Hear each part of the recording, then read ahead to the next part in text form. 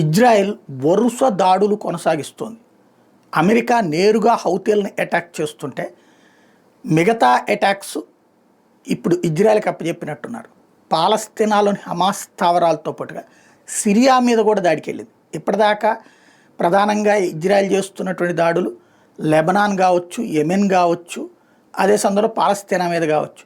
Syria మీదన పెద్దగా interest చూపించలేదు. సిరియాలో ఉన్నటువంటి వర్గాలు అమెరికన్ స్థావరాల మీద దాడి చేసినప్పుడు అమెరికా అటాక్ చేసింది.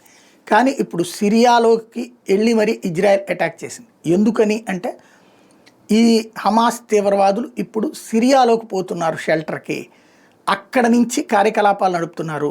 అట్లాగే అక్కడ పోలరైజ్ అయ్యి మళ్ళీ ఇజ్రాయెల్ మీద దాడి చేయబోతున్నారు అన్నటువంటి సమాచారం ధృవీకరించుకున్నాక మొసాద్ నుండి వచ్చిన సమాచారం ఇప్పుడు అక్కడ కూడా దాడులు చేసింది. 64 మంది చనిపోయారని ప్రాథమికంగా చెప్తున్నారు. ఎంతమంది అన్నది టోటల్గా లెక్క తెలియాల్సి ఉంది.